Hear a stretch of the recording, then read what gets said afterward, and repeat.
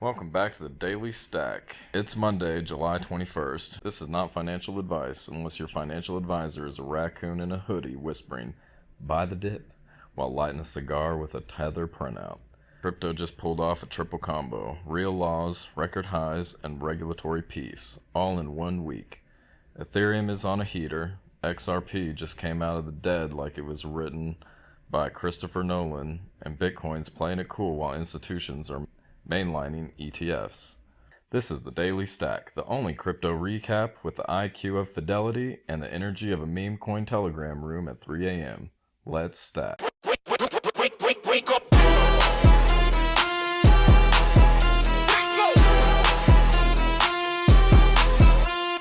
Wake up, phone buzz, charts doing a dance. Bitcoin moonwalk, ether in a trance. Altcoin whisper while they got a glance. Paper chase faster than the cheater's last chance. Blockchain popping, no stay steady. Gas fees high, but the bag stay heavy. Mining through the night, pickaxe at the ready. Whales move slow, but the flow ain't petty. Daily stack stacking up, watch it climb. Crypto clock ticking, no stopping the grind. Daily stack stacking up, watch it grow.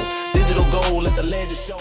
Bitcoin's holding the line at 118K. Not up, not down.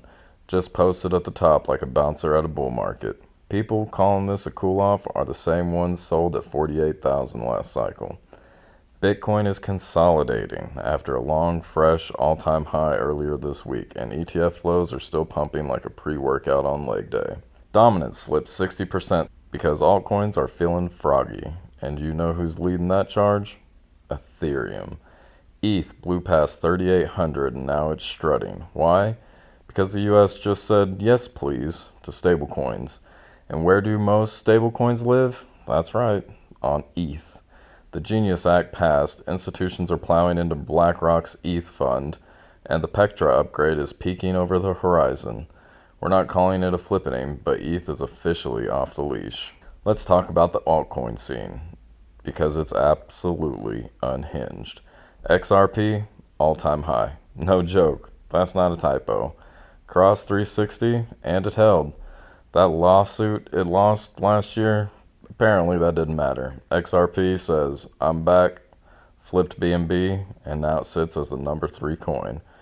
Ripple cultists are rejoicing, and this time they brought receipts. Solana, double-digit intraday pump after Coinbase launched a dedicated Solana NFT marketplace. JPEGs, but fast and cheap. That's the Solana pitch.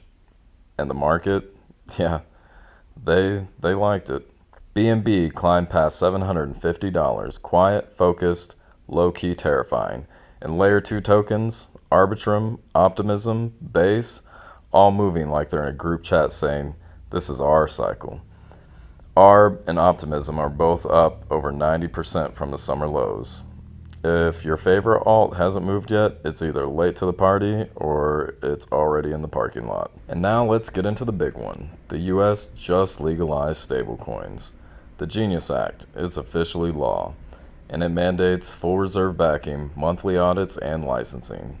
It's the real deal, and it's bullish for the crypto industry from the top to the bottom, especially Ethereum, since it's the main plumbing for all of this new regulatory liquidity. And that's not all. Congress just passed the Clarity Act to define that digital assets are regulated. They passed the CBDC ban, and the SEC, they dropped their lawsuits against Binance and Coinbase. With prejudice, but that means no refile. Case closed. GG's. This is the biggest U-turn in U.S. crypto regulation ever. Last year, the SEC was suing anything that touched a wallet. Now they're basically saying, our bad. Globally, Hong Kong rolling out staked ETH ETF. Europe's MiCA framework is now active, and Japan's tossing yen at Web3 startups like it's a stimulus season. Crypto is finally getting clear lanes to mainstream, legally, globally, permanently. Coinbase isn't just dodging lawsuits, they're making moves. Their new Solana NFT marketplace lit up the ecosystem, and Solana responded like it just found its prom queen. Kraken just launched U.S. regulated framework futures trading, finally giving American degens legal access to leverage without needing a VPN and a prayer. But not everything was sunshine and smart contracts. Bybit got wrecked, 1.5 billion drained in one of the biggest hacks in history. Coin DCX got hit for 44 million. Big one, another 27 million. Gone. It's a brutal week for centralized exchange security. Coin DCX did the right thing. Paused the platform, reimbursed users, fixed it fast, but still, it's a reminder. Custody your own coins or someone else eventually will. Not your keys, not your crypto. NFT volumes down in dollars, up in transactions. Translation, the degen economy is alive. It's just cheaper now. Think of it like buying NFTs at Costco. On the DeFi front, TVL's back up to 139 billion. Lido's alone holding nearly 33 billion. Uniswap just dodged a class action lawsuit, setting a major precedent for DeFi protocols. Score one for the devs. And layer 2s? They're cooking. Arbitrum, Optimism, Base now handle over 60% of all ETH activity. The gas fees are lower, the throughputs are higher, and the tokens are finally moving. You're going to hear this a lot over the next few months. L2 season is real, because it is. And Michael Saylor just bought more Bitcoin. Shocking, I know. MicroStrategy stack is now over 600,000 Bitcoin, worth over $70 billion. That's not a position. That's close to religion. Ohio's pension fund doubled down on the MSTR stock. That's right, boomers are now Bitcoin maxi adjacent. Meanwhile, SharpLink and Bitmine are scooping Ethereum like it's on clearance. Both firms hold over 1 billion in ETH and are staking it for yield. SharpLink earned 415 ETH in just 1 month. Not bad for a gaming company that pivoted to crypto like a TikTok trend. BlackRock's Ethereum fund pulled in over 2.1 billion in 2 weeks. Fidelity and Invesco are tweaking their ETF filings. Goldman's looking into ETH options. Deutsche Bank building custody infrastructure. TradFi's not coming. They're already here. Over 800 million in crypto shorts got vaporized in the last 24 hours, most of it Ethereum. Bears tried to fade the rally right after the US legalized the thing backing its biggest use case. That's not a trade, that's performance art. This wasn't a random move, this was regulation-driven rotation. Shorting here is like shorting pizza during a Super Bowl ad.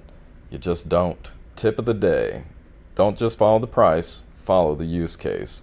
Ethereum is hot because institutions are using it, but L2s are where the real user activity is.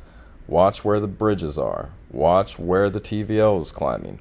Optimism, Arbitrum, Base, that's where the alpha is forming. You want early entries? Look under the hood of Ethereum, not just at the engine light. If everyone's watching ETH, look where ETH is pointing. Bitcoin's chilling, Ethereum's sprinting, XRP just reminded everyone what's happening when lawsuits end. Solana's building, L2s are eating, and TradFi is now on board like they were here the whole time.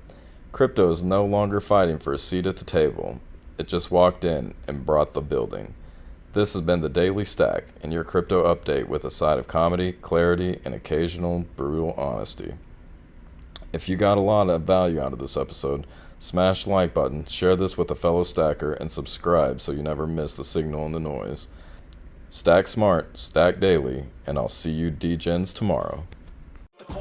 Double-sided ambition, decentralized dreams, no middleman commission. FOMO got them jumping, risky proposition, but I'm a hodl veteran, no fear in my position. Candlesticks flipping, patterns on the screen, bull run visions, pockets getting green. Bear market looking, keep the strategy clean. My portfolio shining like a crypto machine.